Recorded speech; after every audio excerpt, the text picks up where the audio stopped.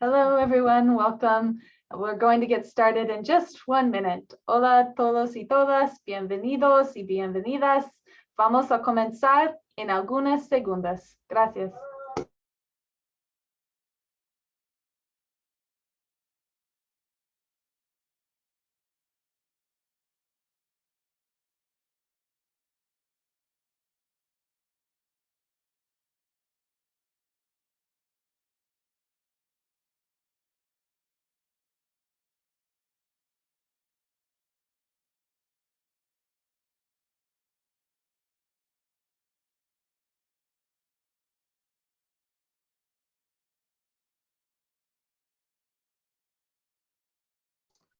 Hello, everyone. Welcome to tonight's U.S.-Canada Hands Off Venezuela Free Alex Saab monthly picket action. Before we begin, I want to explain that there is interpretation available because our speakers will be speaking in both English and Spanish. So in just 1 second, the interpretation will begin. And at the bottom of your screen or under the More button on your phone, you will find interpretation. Go to interpretation. It is a globe icon. Click it, choose the language you want to participate in, and hit the button that says Mute Original Audio. Hola todos y todas. Vamos a comenzar con nuestra acción virtual online para los Estados Unidos y Canadá, manos fuera de Venezuela, y para Free Alex Saab, libertad para Alex Saab.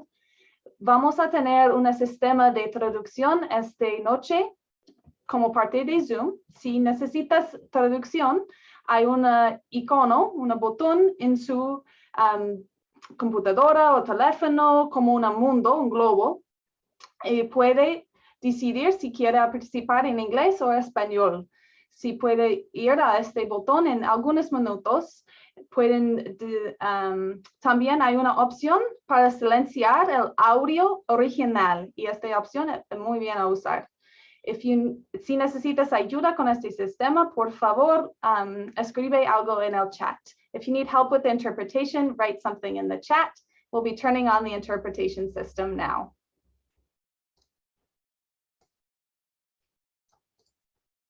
Hello again, everyone, and welcome to the 16th consecutive monthly picket action, U.S.-Canada Hands Off Venezuela, End Sanctions on Venezuela, Free Alex Saab. My name is Allison Bodine. I am the coordinator of the Fire This Time Movement for Social Justice Venezuela Solidarity campaign and author of Revolution and Counter-Revolution in Venezuela from the Battle of Ideas Press. Today's event is organized by a number of groups across Canada: the Venezuela Peace Committee in Winnipeg, the Campaign in Solidarity with Venezuela from the Fire This Time Movement for Social Justice, Just Peace Advocates, and other organizations and individuals in solidarity with Venezuela.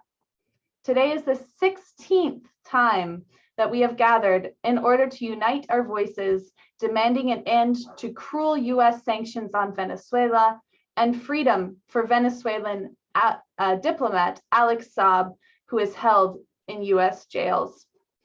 We have a great panel of speakers today from Venezuela, the United States, and here in Canada, which will be followed by an opportunity for us to turn on our cameras, chant together, and unite our voices for freedom for Alex Saab and an end to the blockade and sanctions on Venezuela.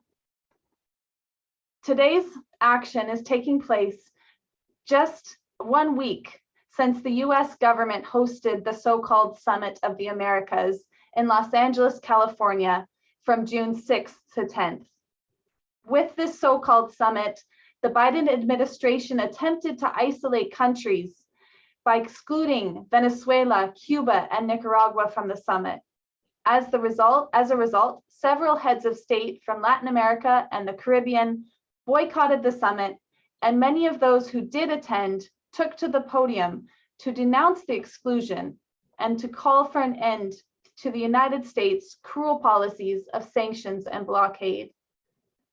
In response to Biden's farce of a summit, which we will discuss more tonight, peace and justice activists held alternative summits that truly represented the unity of the peoples of the Americas.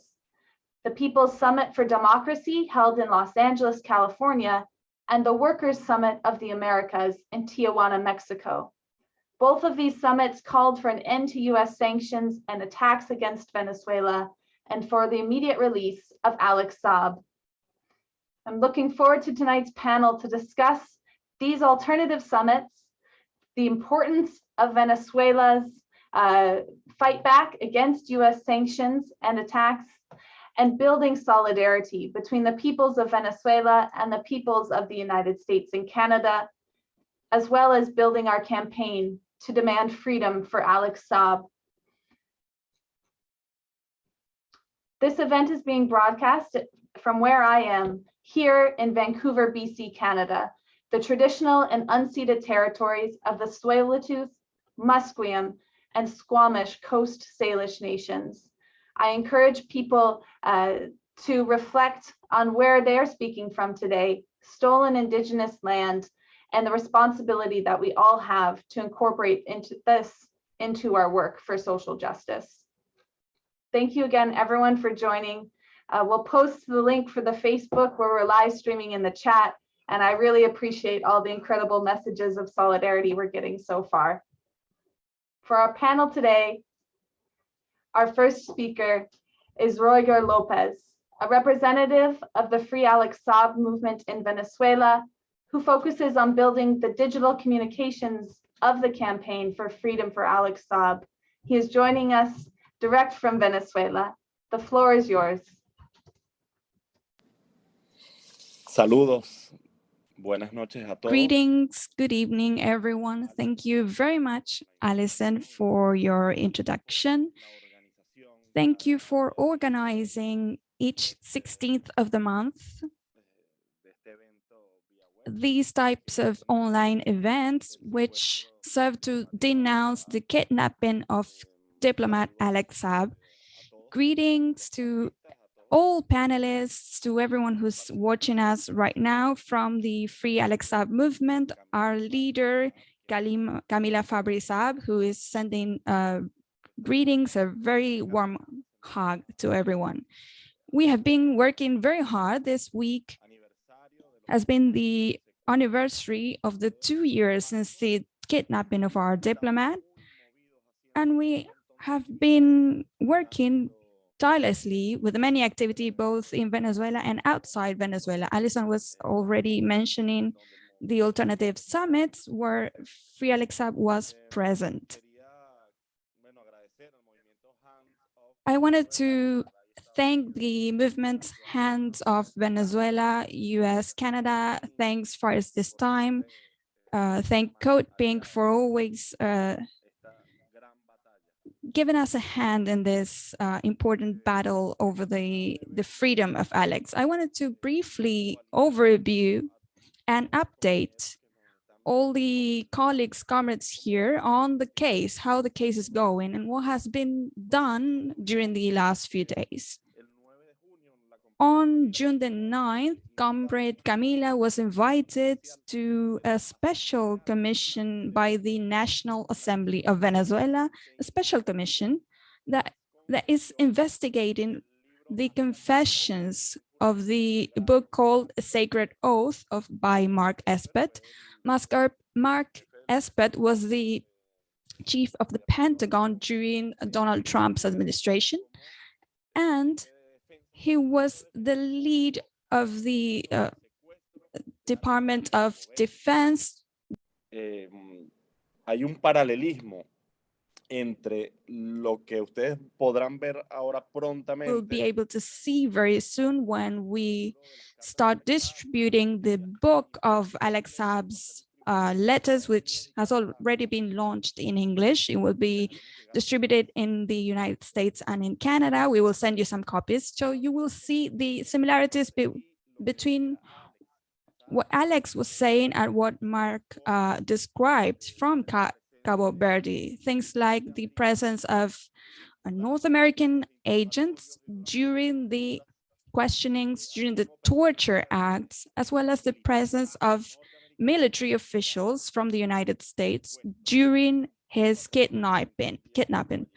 During the 491 days he was there. He also spoke about feeling nervous, how the State Department's officials and Department of Defense officials were nervous when they went to kidnap Alex Saab.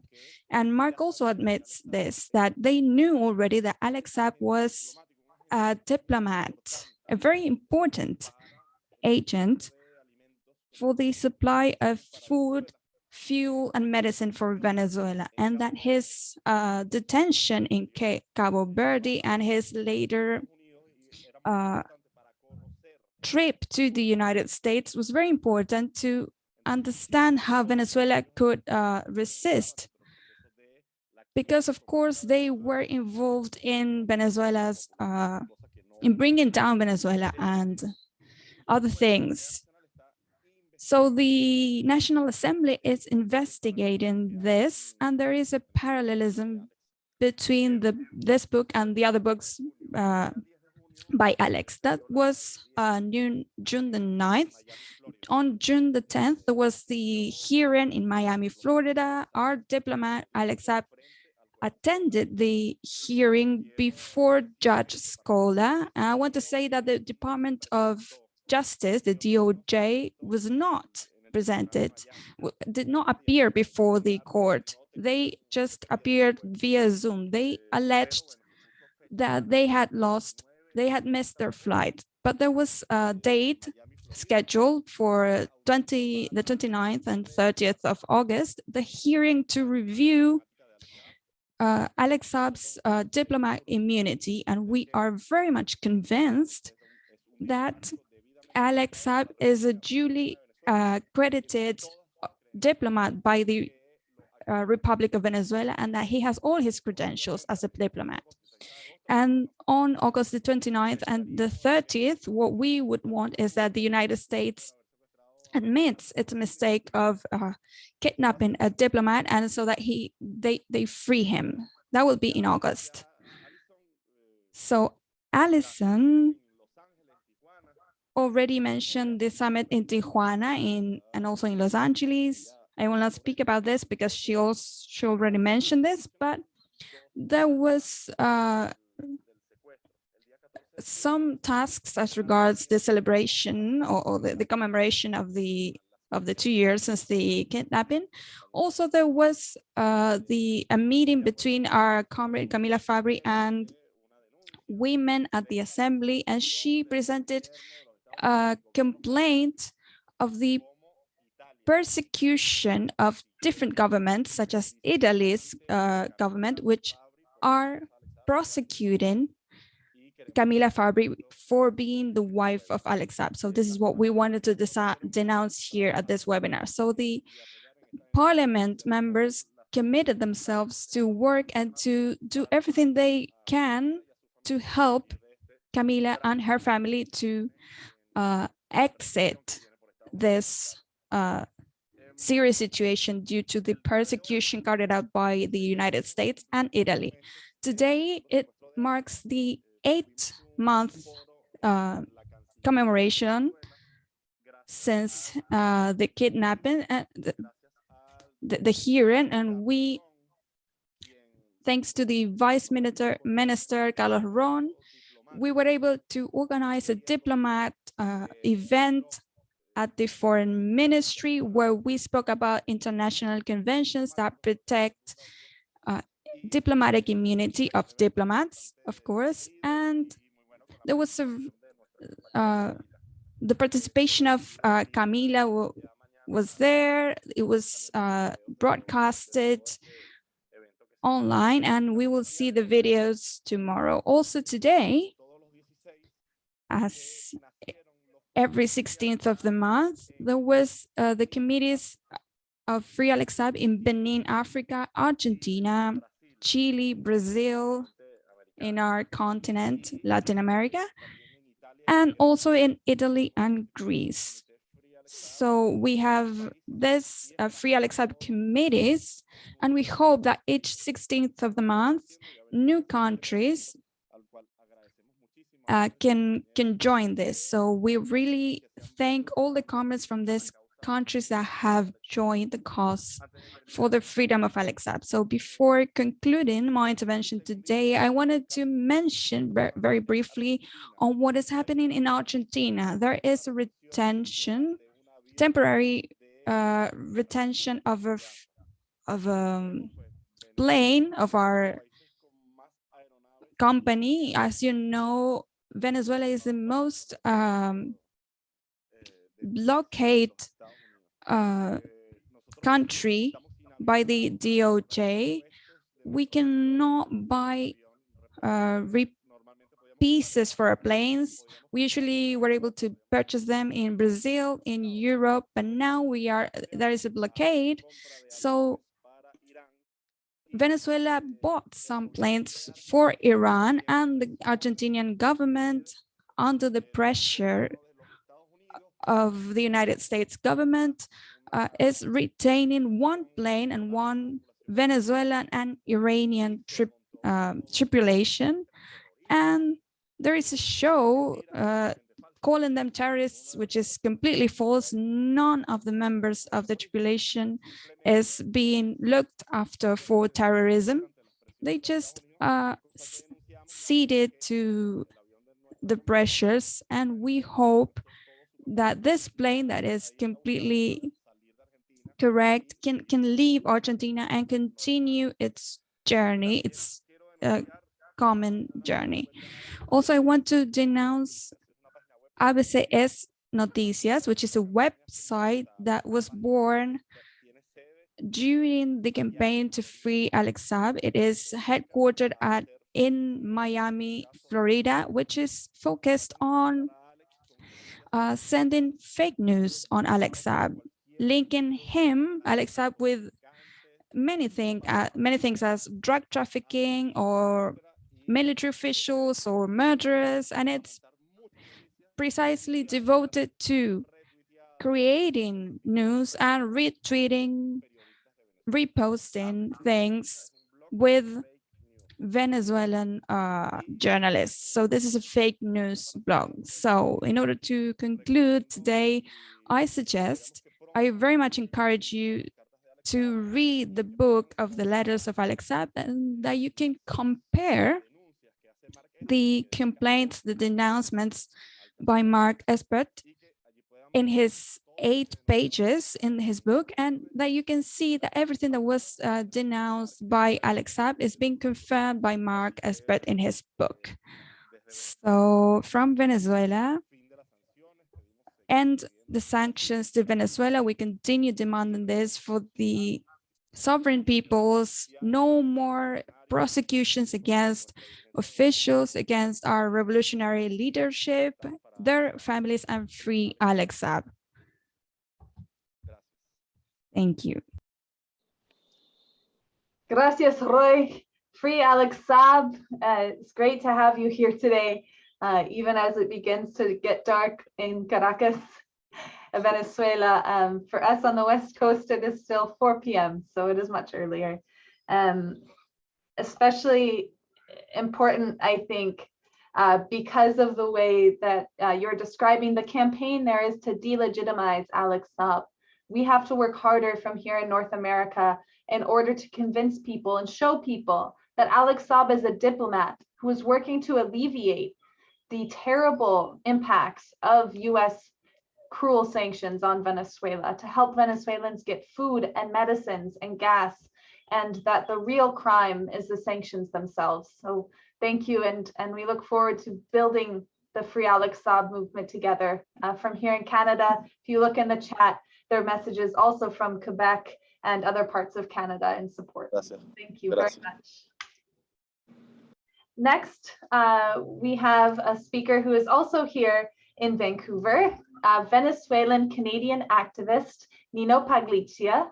He is a political writer based here in Vancouver and an organizer with the Frente Hugo Chavez para la Defensa de los Pueblos. NINO is a frequent contributor to several progressive online media outlets and editor of the book, Cuba Solidarity in Canada, 5 Decades of People-to-People Foreign Relations. The floor is yours, NINO. Welcome.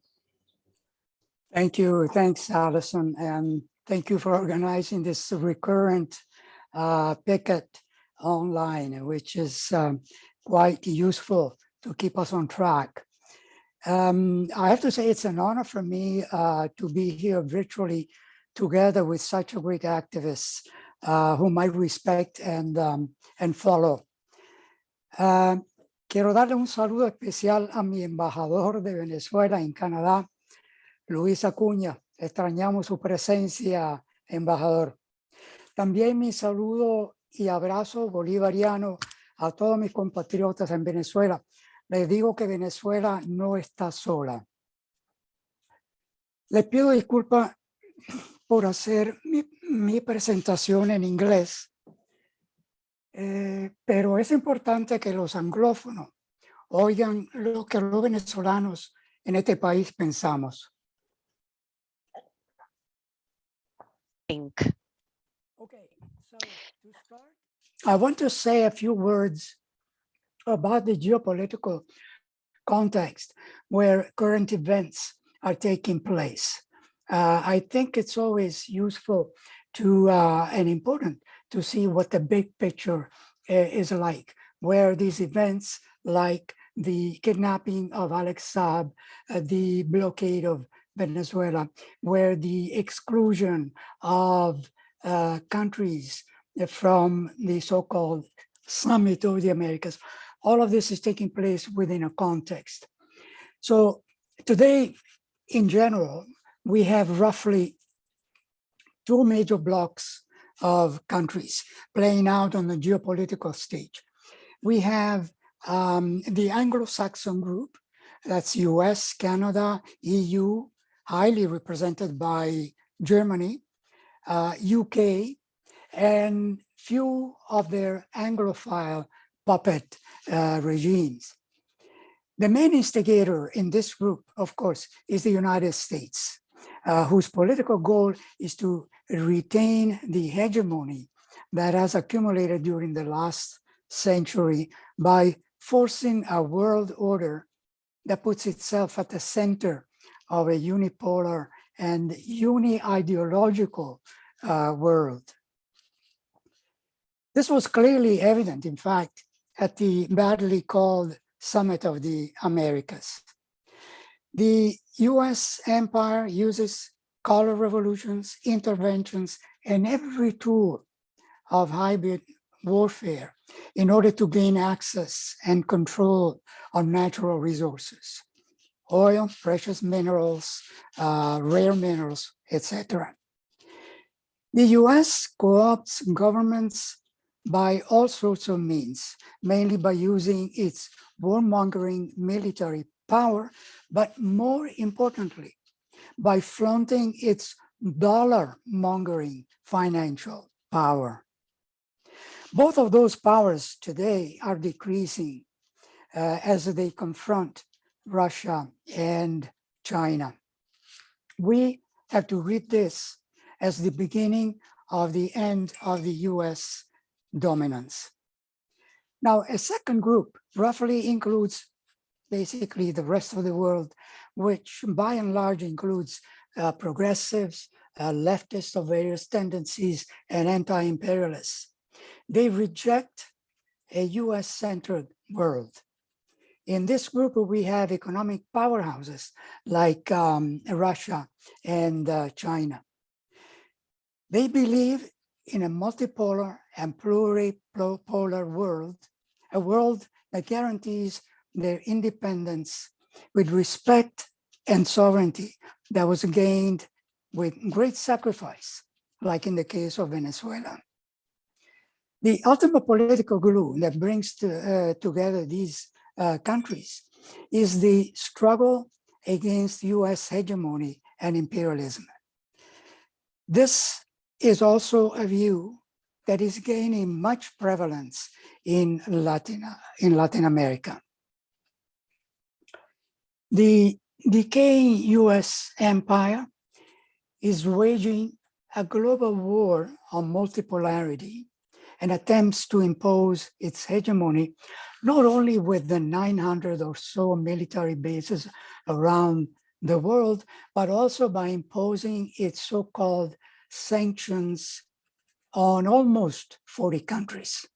Now, 8 of those countries alone, like China, Cuba, Iran, Nicaragua, the Democratic People's Republic of Korea, Russia, Syria, and Venezuela, represent 1/4 of the world population.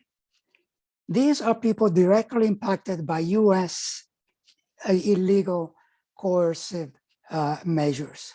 Just imagine.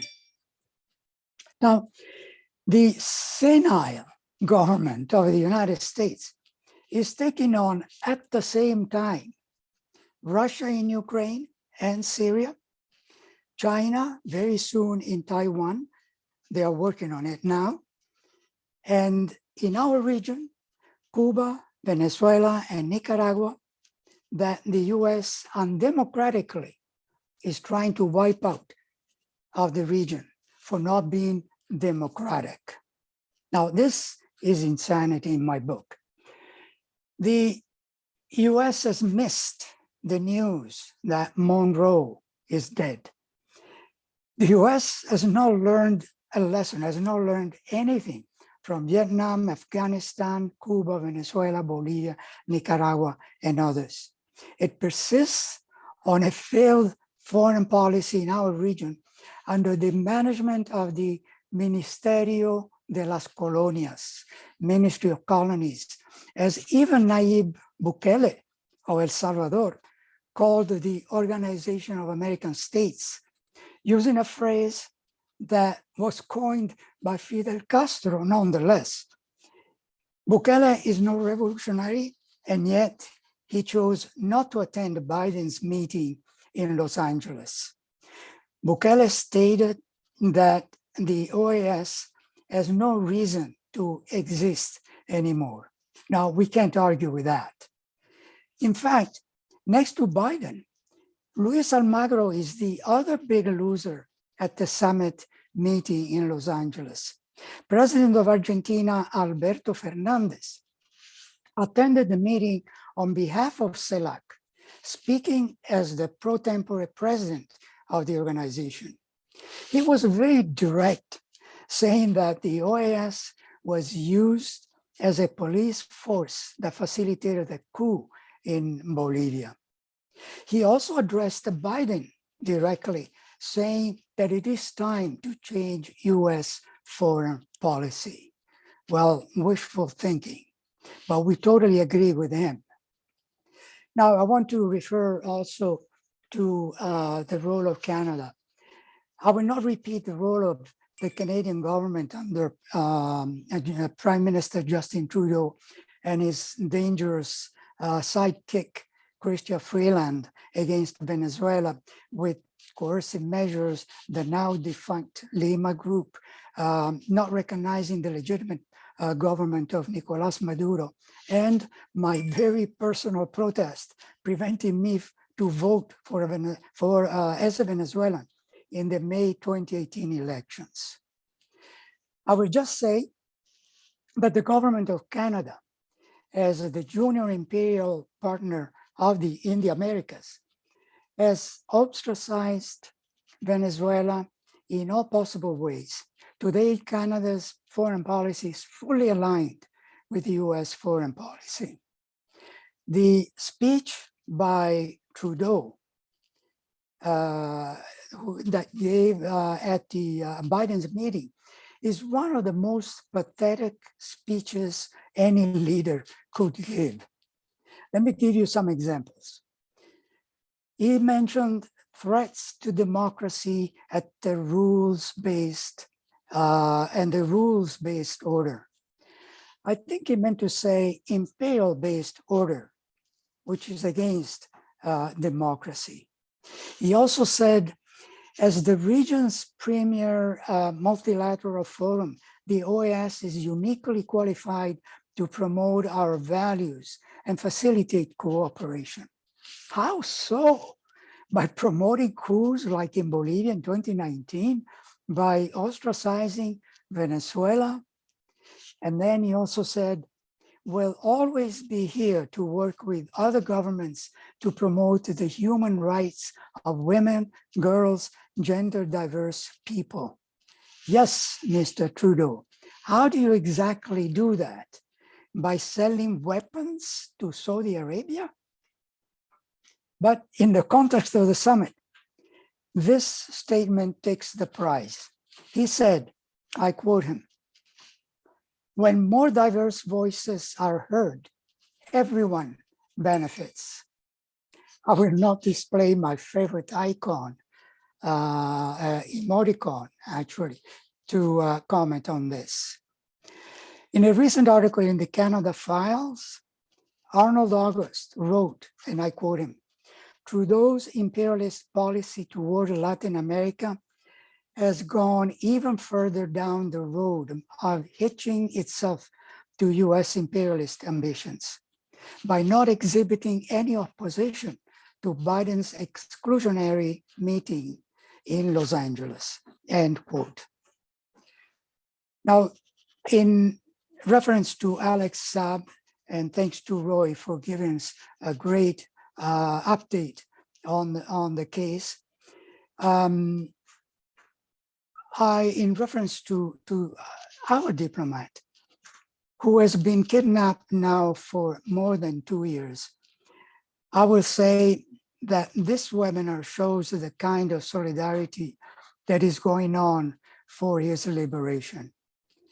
We firmly believe that Alex Saab is in the US prison for political reasons. He is being punished for his commitment to legally bypassing the US illegal, coercive economic and financial measures that are killing Venezuelans. He has committed no crimes, and I will keep repeating this forever. He must be released based on his full rights as a legitimate diplomat. Also, that has to be repeated over and over. We know that Alex Saab was kidnapped at the request of the US in Cabo Verde. That Alex Saab he himself called, and I believe in one of his letters, a lackey country of the empire. Now, this is not just rhetoric. A little known fact is that Cabo Verde received a bribe of $400 million for the corrupt government of that country by the United States. Let this be another example of how the US co-opts weak governments.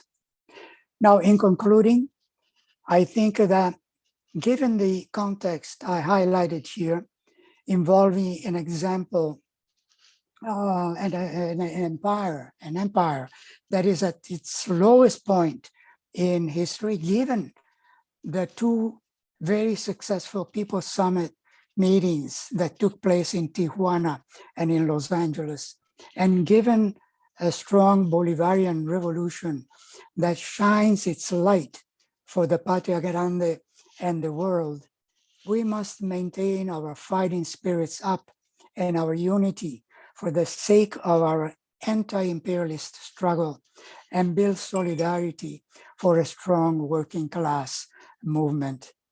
In an article by the Council of Hemispheric Affairs published in the Orinoco Tribune, the author stated, and I quote, "North-South solidarity among the peoples of our America was strengthened despite Cuba, Venezuela, Nicaragua being excluded from the official summit," end quote. So we know that history is on our side. Just today, in fact, at the forum with Carlos Ron, Alex Saab's wife, Camila Fabri, said, "I want you to help us spread the truth about Alex, the truth about Venezuela." Faremo proprio questo, Camilla. È una promessa. We will do just that, Camilla. It's a promise. US, Canada, hands off Venezuela, free Alex Saab, venceremos. Thank you. Venceremos. Thank you, Nino, and for emphasizing on the importance of unity and of building that through our work. These online pickets have really brought together voices from across Canada and many different parts of the world. And I think we can see in the chat and through the panels and participants we've had what this has meant as far as taking advantage of the fact that in the time of pandemic, we can meet each other online much easier and connect together. So thank you again for speaking on the panel today.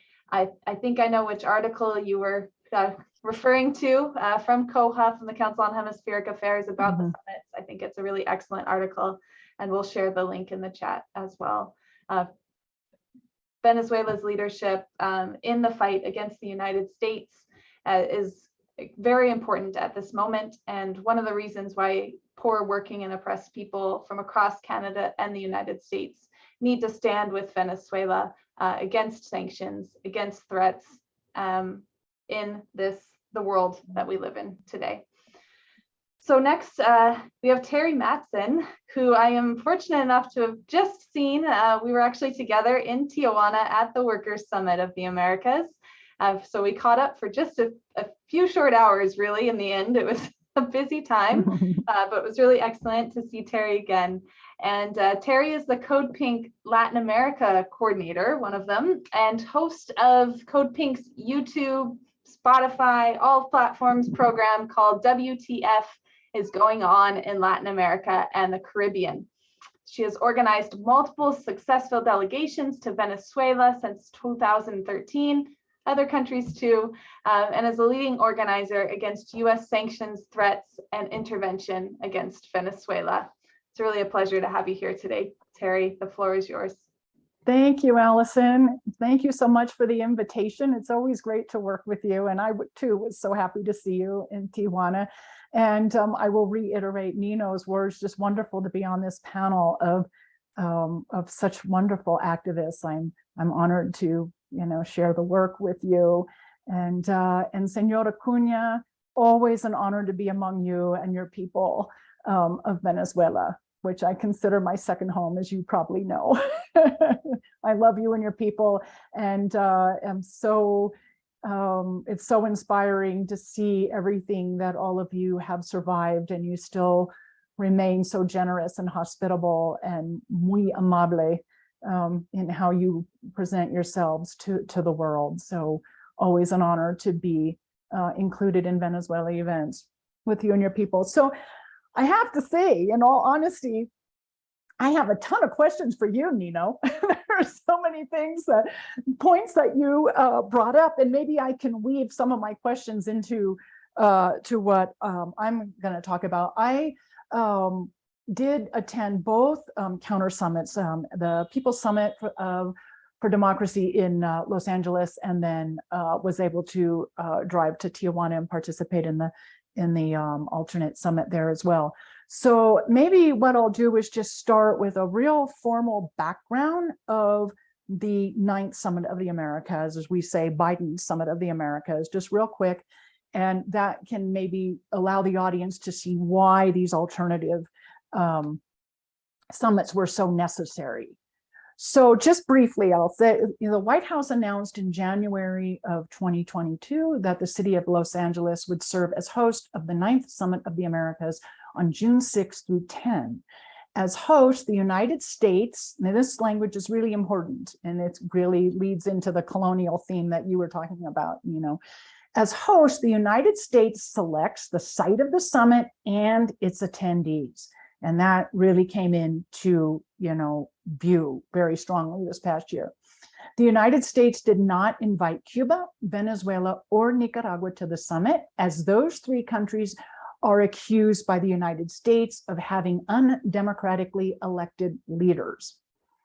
It was known the US would not invite these leaders. The White House and the State Department did not announce any official invitation list until May 30th.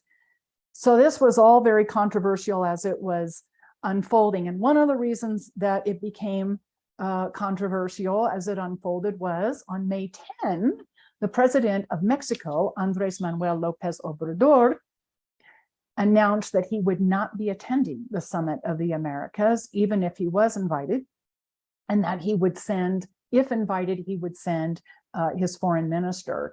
And the reason he declined to go, emphatically declined to go, and told the world in his daily press conference on, I think it was Tuesday, May 10, that he would not go because it was not inclusive. The Summit of the Americas, he feels, as does many, that it's a forum, a space for all nations of the Americas, and that even includes people that various governments may or may not agree with.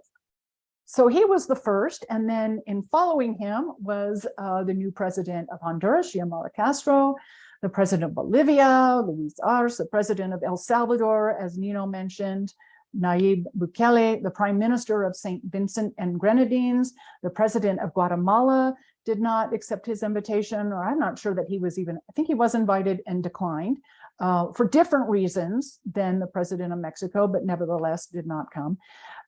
Nicaragua President Daniel Ortega and Cuban President Miguel Diaz-Canel said they would not attend even if invited. So in protest to how this whole 9th Summit of the Americas came together and the exclusivity of it, and not just the exclusivity of nations, but the exclusivity of the representation of labor and social movements, Puerto Rico.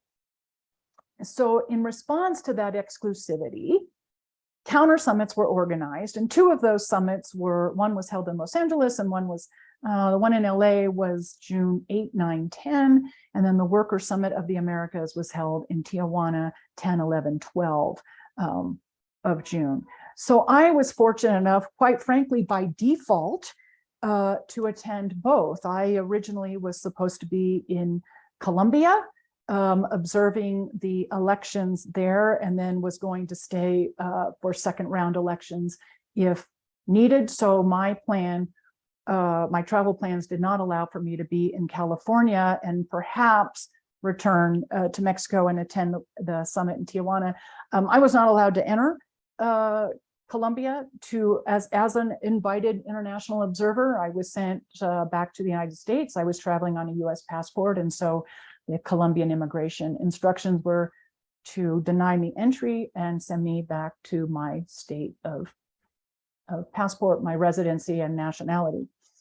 So I will say, Senor Acuña, some of that was because I had several Venezuela visas in my passport. And I am happy to stand with Venezuela and say the Colombians, a member of NATO, did not allow me into their country. I was also present last year in Colombia during the Paro Nacional. I did go on a human rights delegation to take as a journalist, to take witnessing accounts and video. And so, we obtained some real damning evidence against the current government. So anyway, I ended up back in California, which allowed me to attend the summit in LA, and I'm very happy it worked out that way. That summit in Los Angeles, the People's Summit for Democracy, was organized principally by the International People's Assembly, and the founding members of that are CODEPINK,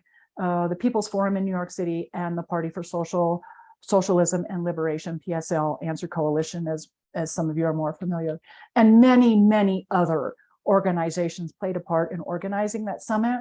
That summit had 2,000 attendees, and the workshops for that summit were principally organized around themes, not specific nations, although there was one very, very good workshop with 3 Venezuelan feminists that talked about how sanctions impact women and children principally, and what that demographic within Venezuela is doing to fight back. And that was a profound discussion among 3 women, very articulate and really very emotionally explained to the audience what is happening. It was a very powerful conversation and really, really important. It was organized by Leonardo Flores, my co-worker at CODEPINK. And there was another panel on Pan-Africanism, and James Early was one of 4 speakers. He closed that panel. He did a brilliant job tying Pan-Africanism to the Global South in general, Latin America and the Caribbean specifically. I would highly recommend to the audience that you listen to that panel. All of the workshops and panels for the People's Summit of Democracy were recorded by Breakthrough News and can be found on their YouTube channel.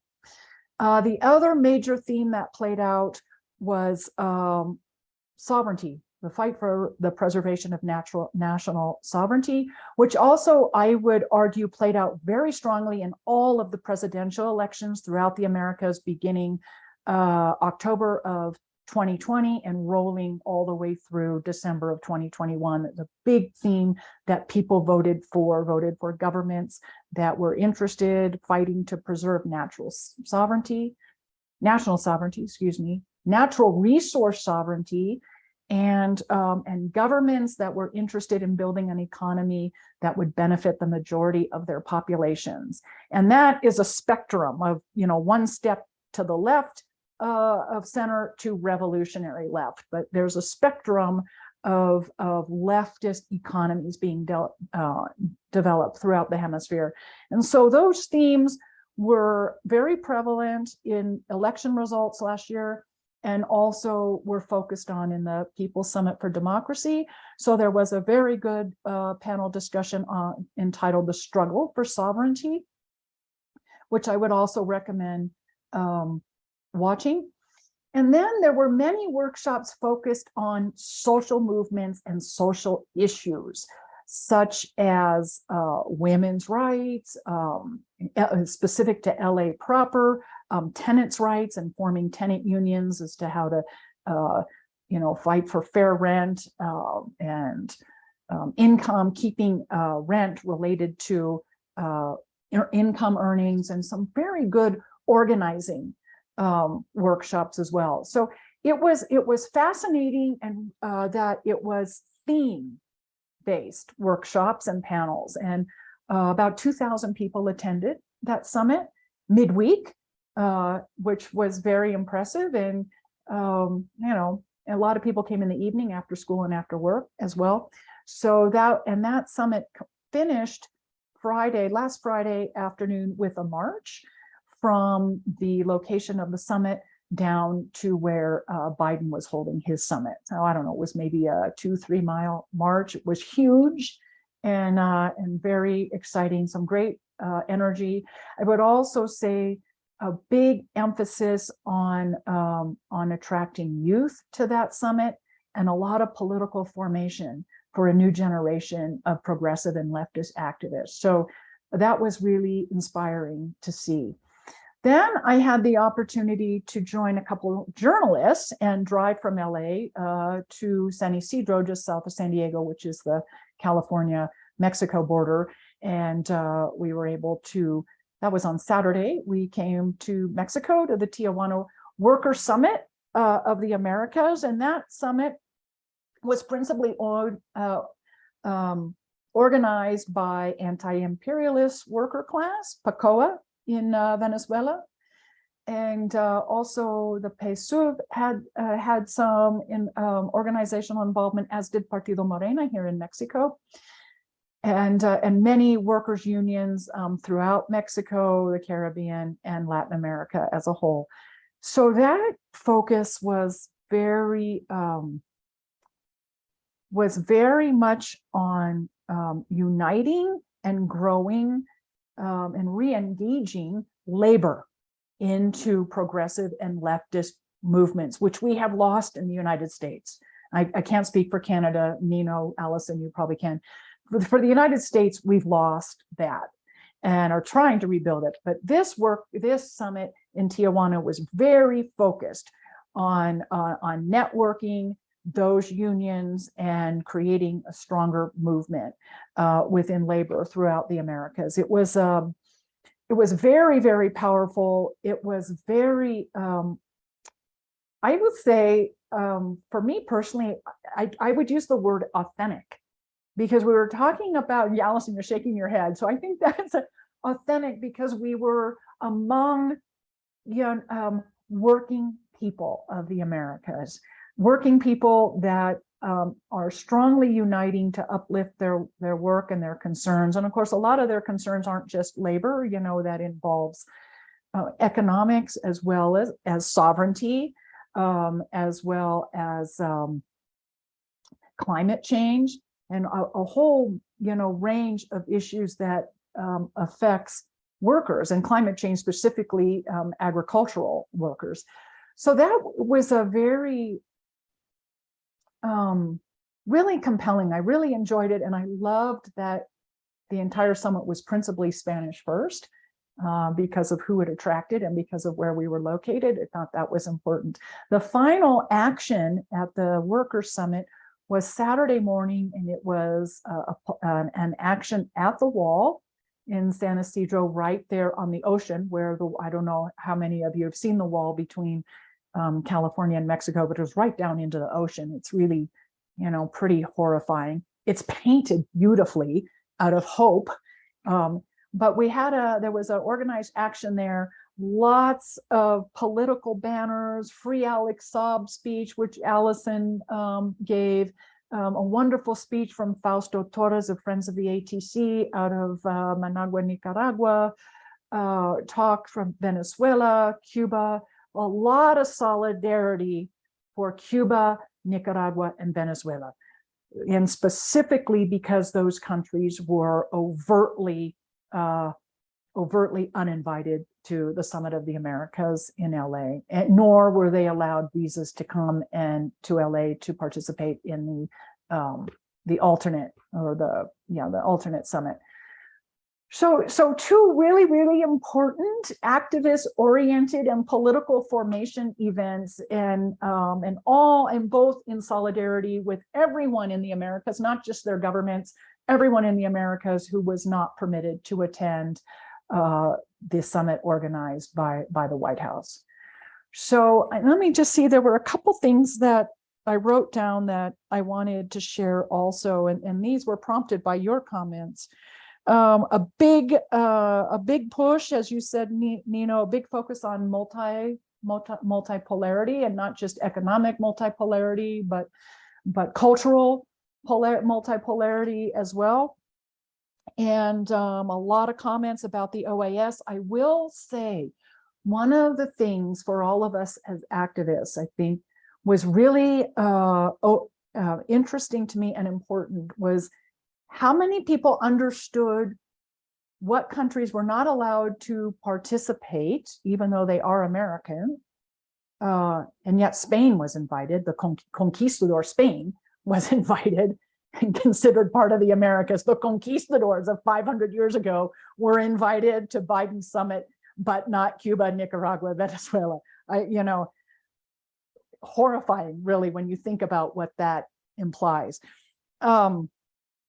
But a lot of people don't quite understand what OEA or OAS is. And I think that's an important place for us to start in our activism and in our educational process. I think one of the things that we can all do to specifically help Cuba, Nicaragua, and Venezuela, but all of the Americas, is to follow the president of Mexico's lead and call for the abandonment of the OAS and create an institution that is representative of an America for all Americans. And I think that that is a campaign that we could all participate in and just take his lead and uplift that. I also, so with AMLO on the outside pushing for change, it was really fascinating for me to see Argentina's participation inside Biden's summit. It was President Fernandez who said inside the summit that it was time to lift the 60-year embargo against Cuba, and it was time to lift the sanctions against Venezuela. And I give him a big applause for doing that inside. So there was some good push outside, and and some nice voices inside. And Fernandez wasn't the only one, but I think it was significant that they came from Argentina. So it was a good some good activism, some good education, and some really wonderful embracing of a new generation of progressive and leftist activists. So I'll leave it there. And any questions anyone may have. Oh, you know what? There is one thing for you, Nino. You mentioned Bukele and the OAS. And for those of you who watched, or you can watch on YouTube, the CELAC summit that was held here in Mexico City, September 18 of 2021. Fabulous. One of the things, El Salvador was represented by their vice president, the CELAC summit, Ulloa. And he gives, and this is on YouTube, he gives a nice, very succinct 5-minute talk on why the OAS was created and under what circumstances. And he overtly calls for the abolishment of the or replacement of the OAS with CELAC, to embrace the world with CELAC. It already exists, it's efficient, the membership is already working together, and to use that that institution to embrace the rest of the world. And that again from El Salvador. So anyway, I'll leave it there. Thank you so much. Thank you very much, Teri MATTSON from CODEPINK. Encourage people, Teri, if you want to put in the chat, the links to WTF is happening in Latin America.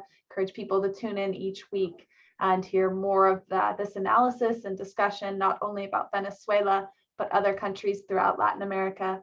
I think a very important conclusion of the People's Summit and of the Workers' Summit is that we must respond united as poor, working, and oppressed people throughout the Americas to this call by Biden in January, actually at a press conference, when he declared that Latin America was somehow now not just the backyard of the United States, the United States front yard. And we can unfortunately expect, I think, more of this policy of exclusion, attempts to isolate countries such as Venezuela. And in response, there is exactly what you ended on. There's CELAC, there's ALBA on a governmental level. And then there's connections between social movements and people and revolutionary governments on another level. So thank you again, Teri and Nino and Roy for being here today. We have next greetings from Professor Luis Acuna. As Nino mentioned, Luis Acuna is the Charge d'Affaires of the Venezuelan embassy here in Canada.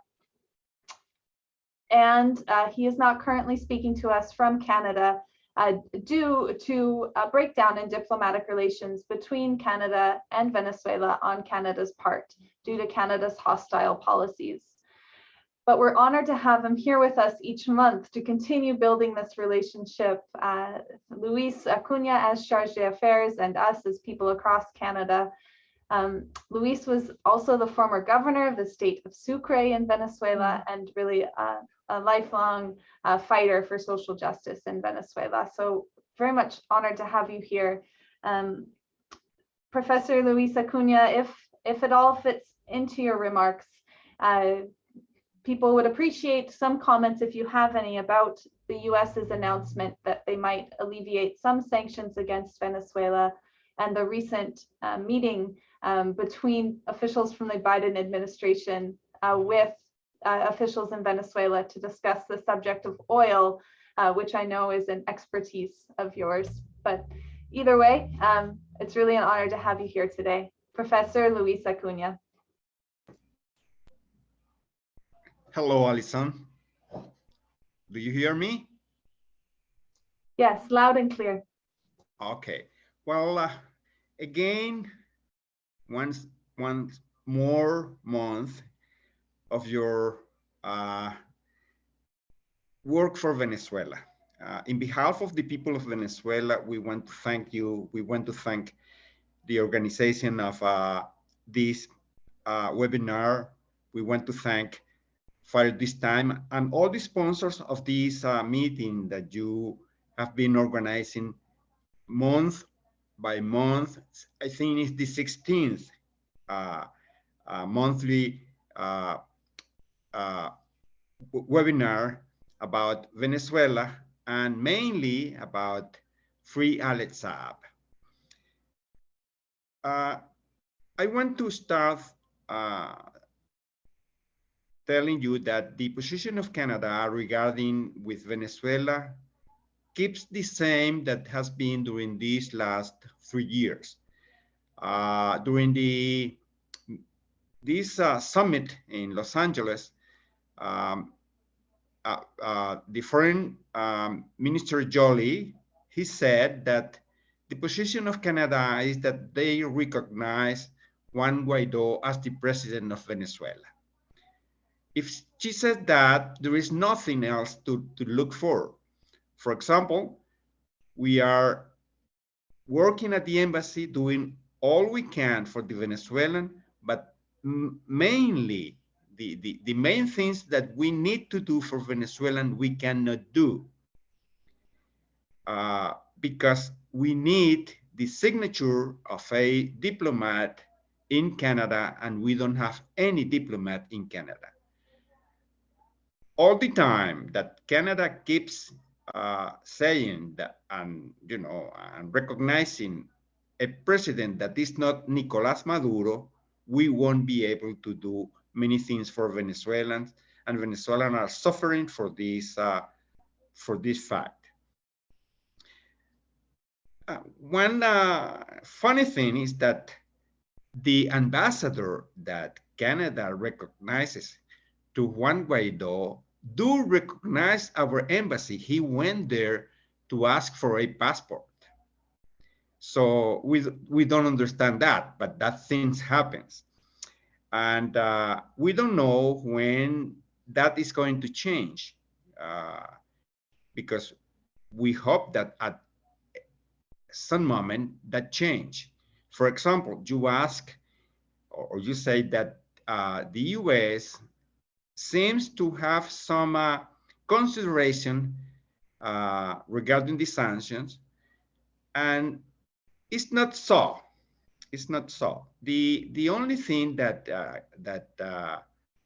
the US allowed is that some oil of Venezuela could go to Europe. As a matter of fact, we already have arriving to Venezuela tankers to fill oil in order to send them to abroad, and we hope that no one is going to seize those tankers. It happened before, because that happened before. We got some kind of sanctions consideration, but the oil was not able to go to where it had to go. So Iran is helping Venezuela with those tankers. We got tankers of about 1 million barrels of oil that is going out, and another one that is arriving at this moment. One thing that we also want to assess very, very strongly is that Venezuela do not have refugees, not in Canada nor in any place. No one of the Venezuelans who are out are being threatened in Venezuela. No one is being,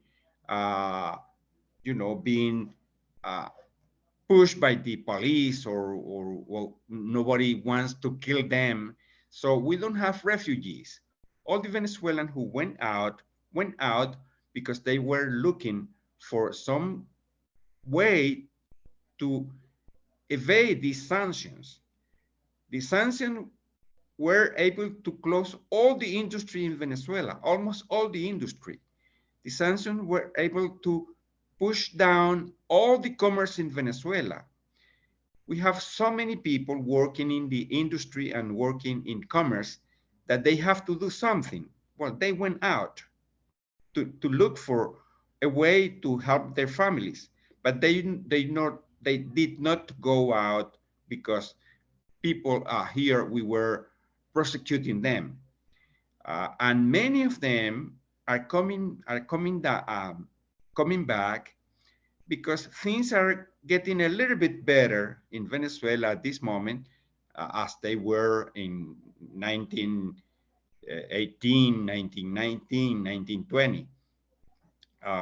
We hope that most of those Venezuelans will come back to Venezuela once we go over these sanctions, because we will go over these sanctions. As we will go over with the free of Alex Saab. Alex Saab is being defended by Venezuela all the ways we can, all the ways we can.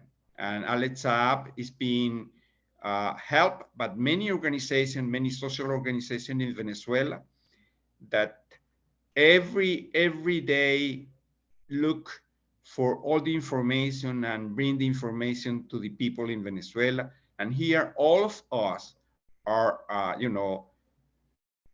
alert as what is going to happen with Alex Saab. Alex Saab for us is, like a flag.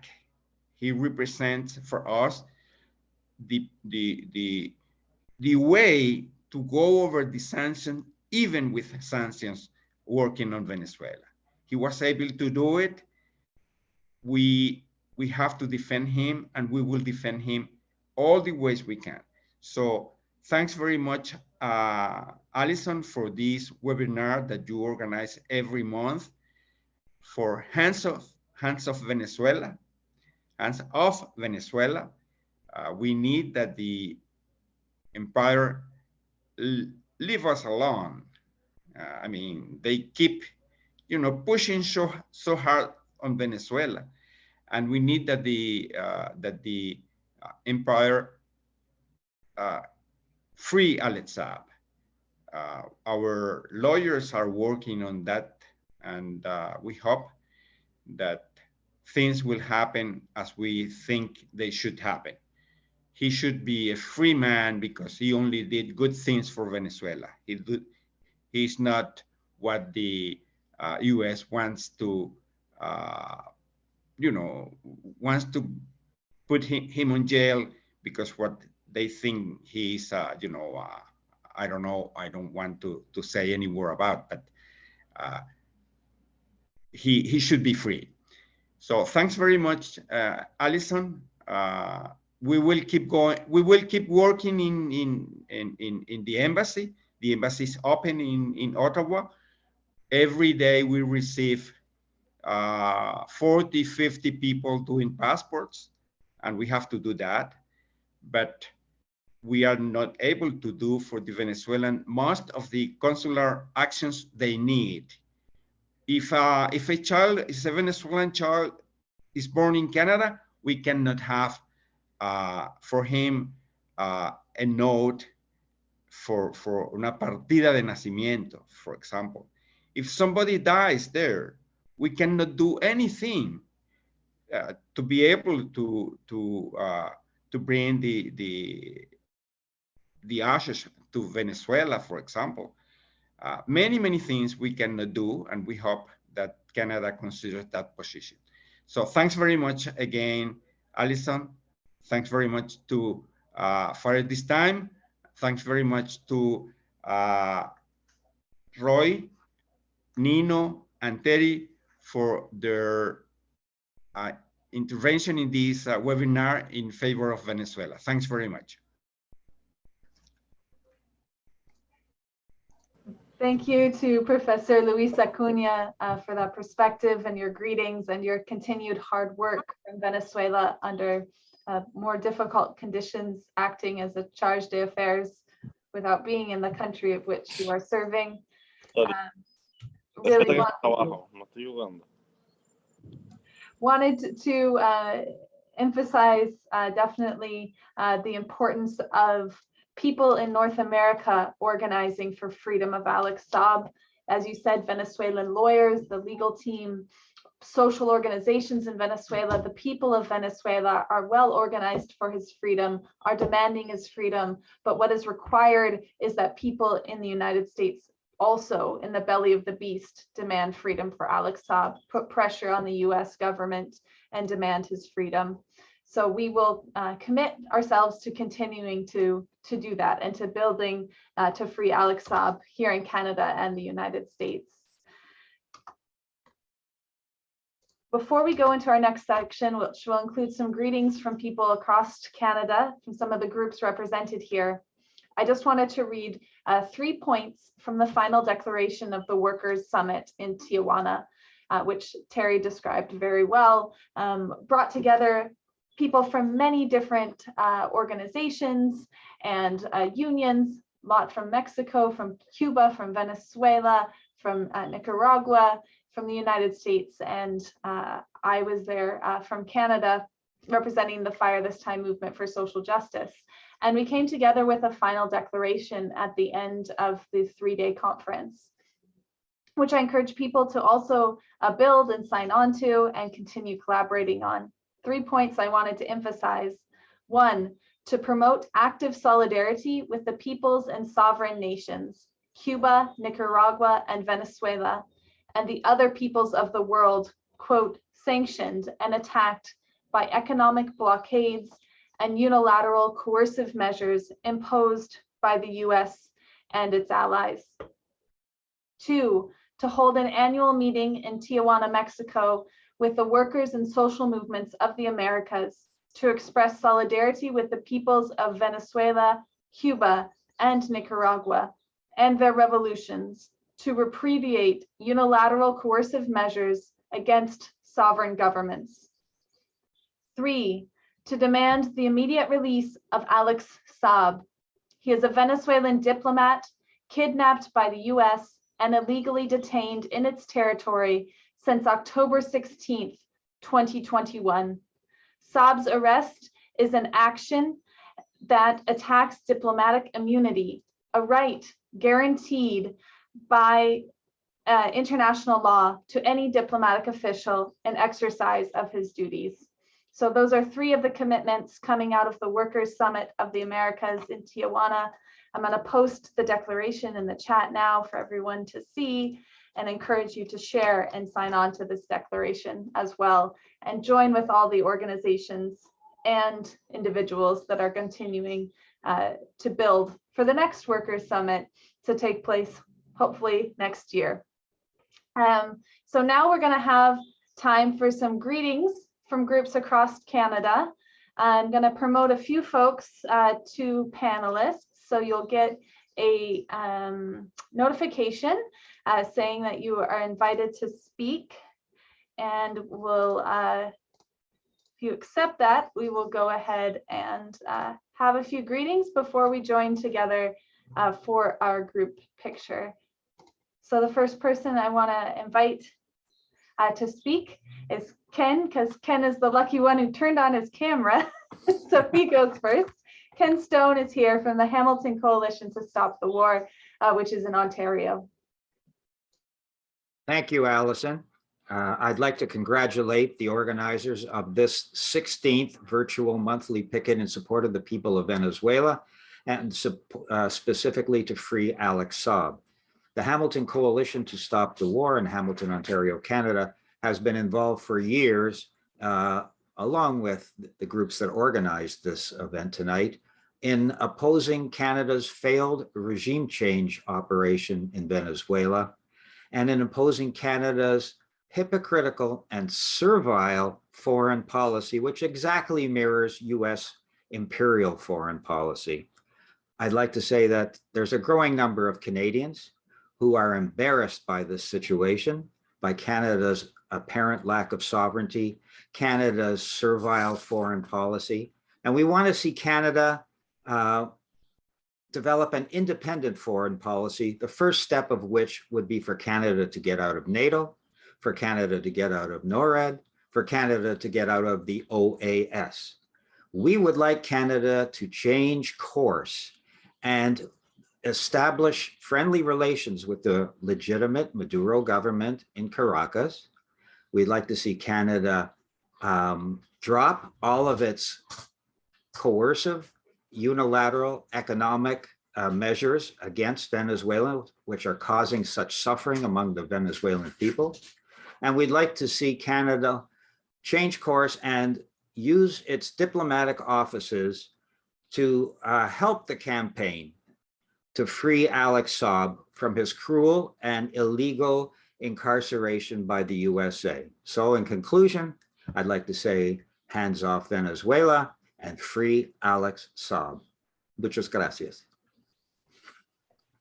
Thank you, Ken. Next, we have Karen Rodman joining us from Just Peace Advocates. Thanks so much, Allison. It's very much my honor and very humbling for us to be able to join to bring in greetings from Just Peace Advocates. We're a group also in Canada that's very focused on Palestine and Kashmir, but lots of anti-imperialist work, doing lots of work with Ken Stone and other organizations that are a part of this important work. It's just so humbling to be part of this. And I mean, I think of the Palestinian word samud, or steadfastness, and that steady drumbeat of keeping this picket line going virtually for the last 16 months. And especially as we seem to be getting more out onto the streets and out into the world, it's a little harder to maybe even maintain that, but it's so important. You know, I spoke, I think it was in March, and had the honor of doing that. And here we are already in June, and so much work happening with the Venezuelan communities themselves, Ambassador, the information that you're bringing forward, and all of the organizations in the beast of the imperial belly, so to speak. So, so much our honor, and thinking about Canada's role with the now defunct Lima Group and all the work that it did to set up for the International Criminal Court case against Venezuela while they blocked Palestinians' rights to go to the ICC, just speaks to the hypocrisy and double standards that we as civil society need to be speaking out against and doing our work in that regard. So hands off Venezuela, end sanctions, and free Alex Saab. Thanks so much. Thank you, Karen. I believe there is also someone here from the Canadian Voice of Women for Peace, Hannah. If you are able to speak, just raise your hand. If not, that's okay. I know that you all send your greetings and solidarity. And we do have one other speaker, but I also received a video this month from someone that is based in Italy who wanted to contribute to the picket today. So I'm just going to open that up. It's a short message of solidarity.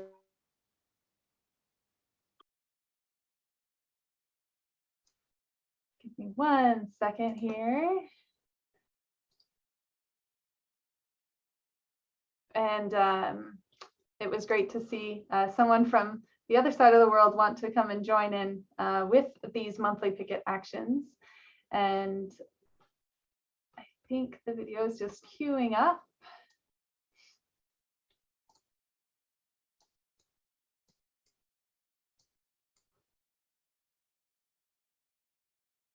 Well, we'll go ahead and start with Andrew Barry. Andrew is here representing Mobilization Against War and Occupation, Vancouver's anti-war coalition. Andrew, go ahead. Thank you, Allison. I think it's important for those of us, as has been mentioned, living in North America, in the United States, as well as in Canada, to do our part to combat what the governments of Canada and the United States have been doing across Venezuela, Latin America, and the world since the creation of the United States and Canada. They have been, the governments have been forces for oppression across the world, not only in the lands here in Canada, in the United States, against Indigenous people, committing racism against different marginalized communities, and creating oppression and suppression, wars, occupation, and suffering around the world.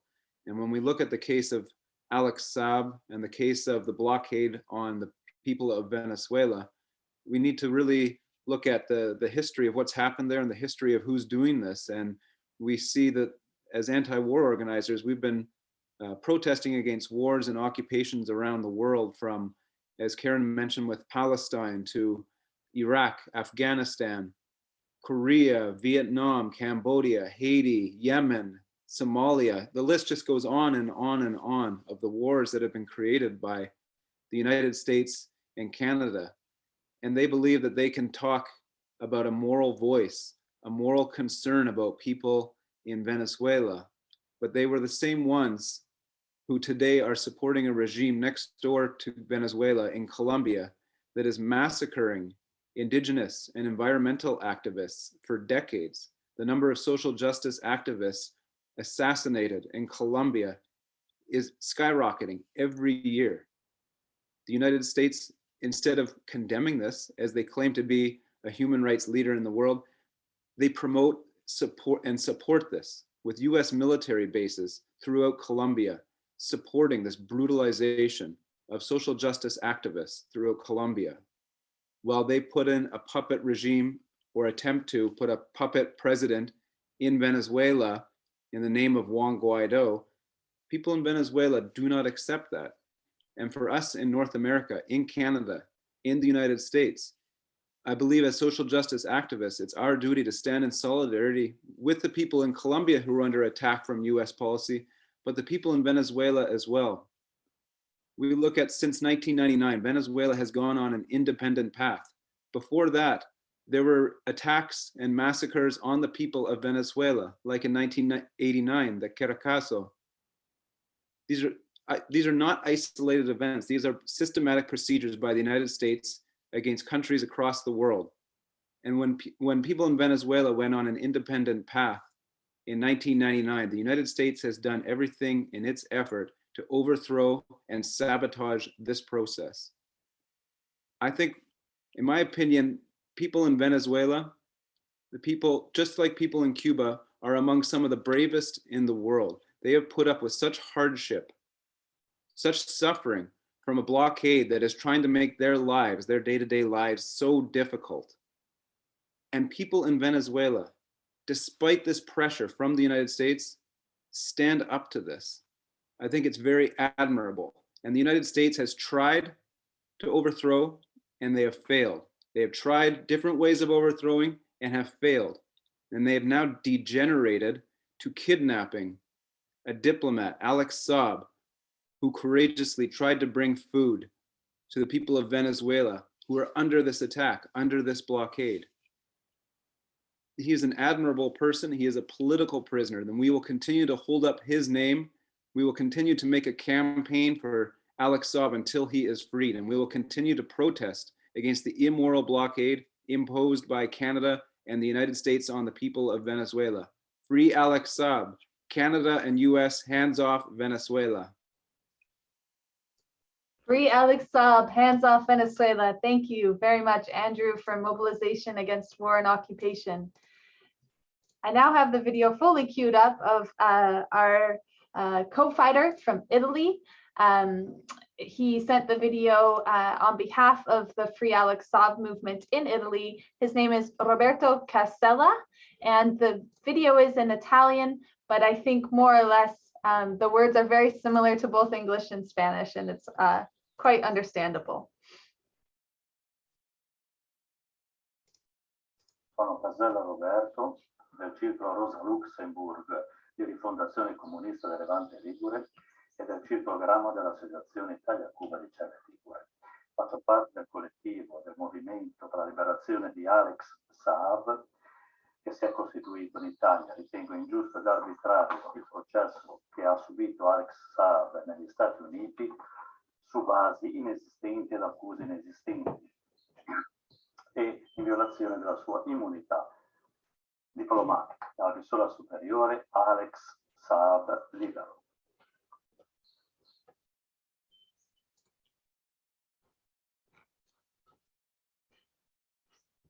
Free Alex Saab. In Italian, of course, an important country to demand his freedom. Camilla Saab, Alex Saab's wife, is from Italy and has faced political persecution in many ways because of her work to free Alex Saab from US prisons.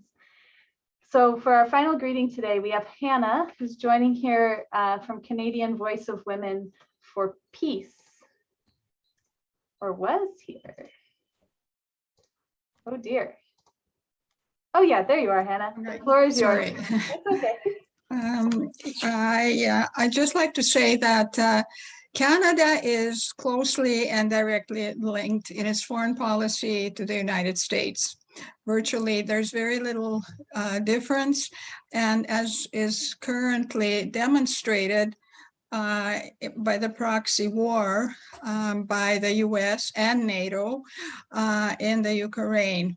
And so there's very little to say that is positive.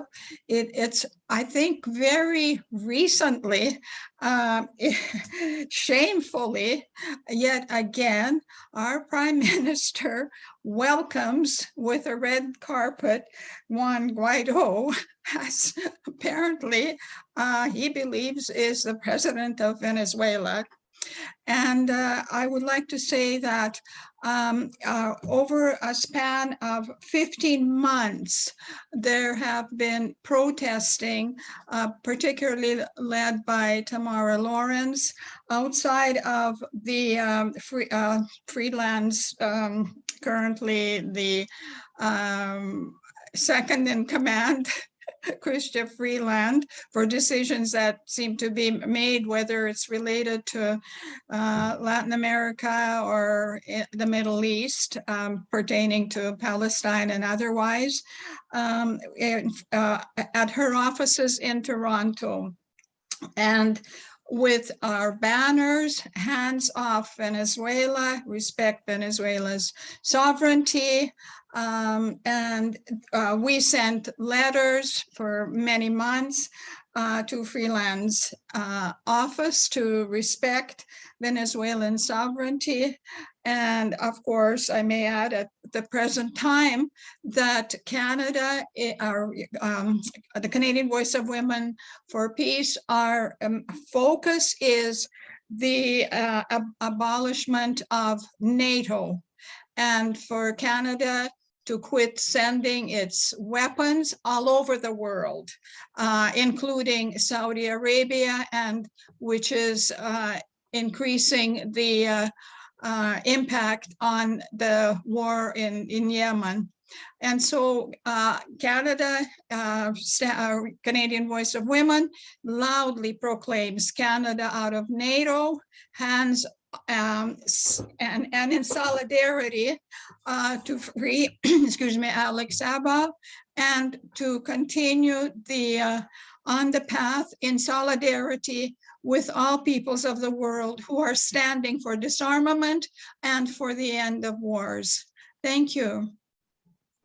Thank you very much, Hannah, and to all of the people from across Canada that gave greetings here today. Of course, as I mentioned, Canada is part of these US-led attacks on Venezuela. Canada has sanctions against Venezuela and also supports NATO, of which Colombia is a partner of NATO. Very dangerous, the expansion of NATO into Latin America, and countries like Venezuela are really leading the way in affirming that Latin America must be a zone of peace and standing up against US-led and NATO intervention in the region.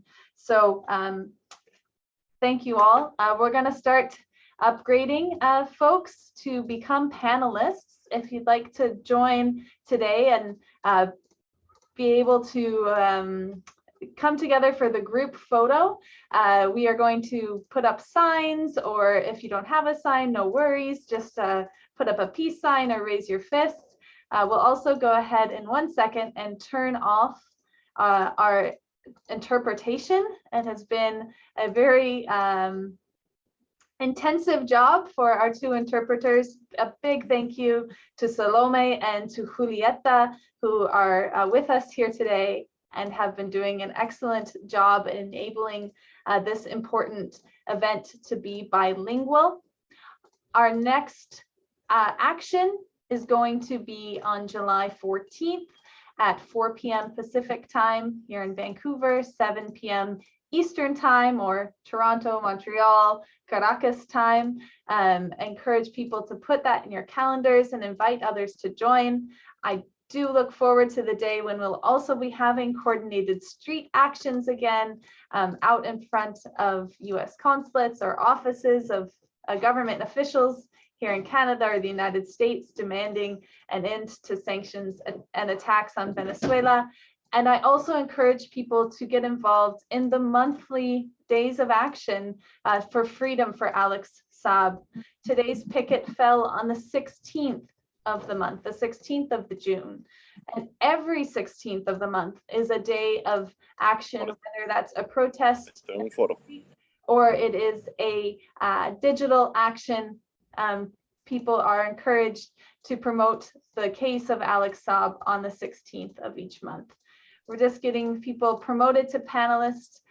You will receive a message that asks if you would like to be a panelist, and then you will rejoin, and it will enable you to turn on your camera and participate in chatting that we are going to do together. A big thank you to not only people that joined us from Canada and the United States, but also everyone that joined from Venezuela, from Colombia, from Argentina, probably from some other countries as well. Please feel free to put that in the chat if you are joining us from somewhere else. I've almost invited everybody once. And sí. ¿Qué me hablas?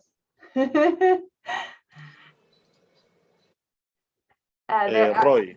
Oh, hey. Hola, Roy. This is Roy. Hi, Roy. Quería hacer I wanted to just say something before we end. Can you give me a minute? Is it possible? Sí, yes, of course. Okay, es que acaba de ocurrir algo. It's just that it's something that just happened. If you remember, I was speaking about the Confianza plane in Argentina. The plane has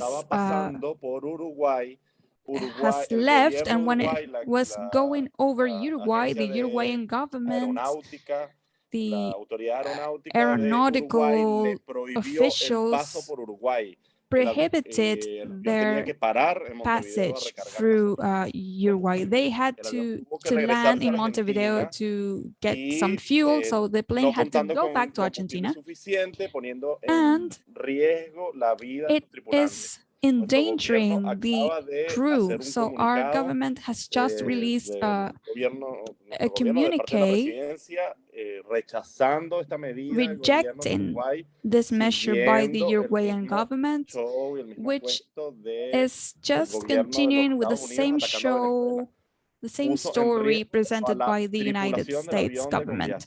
This is endangering the crew of the plane. Ya, es todo. Gracias. That would be all. Thank you. Por suerte no pasó nada. Thank you, Roy, for letting us know.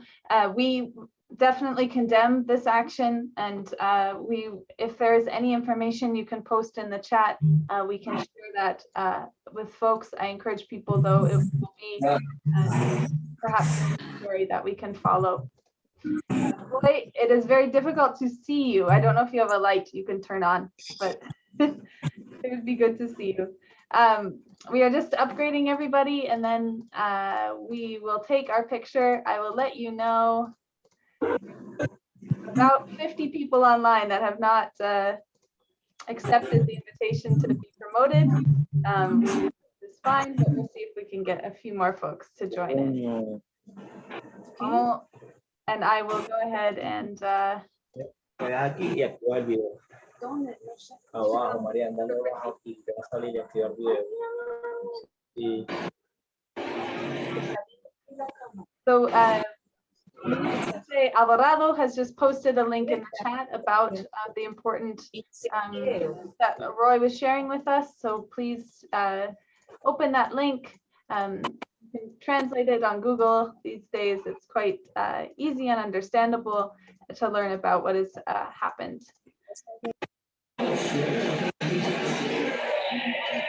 Okay, we'll go ahead and take our photo. Let me find my sign.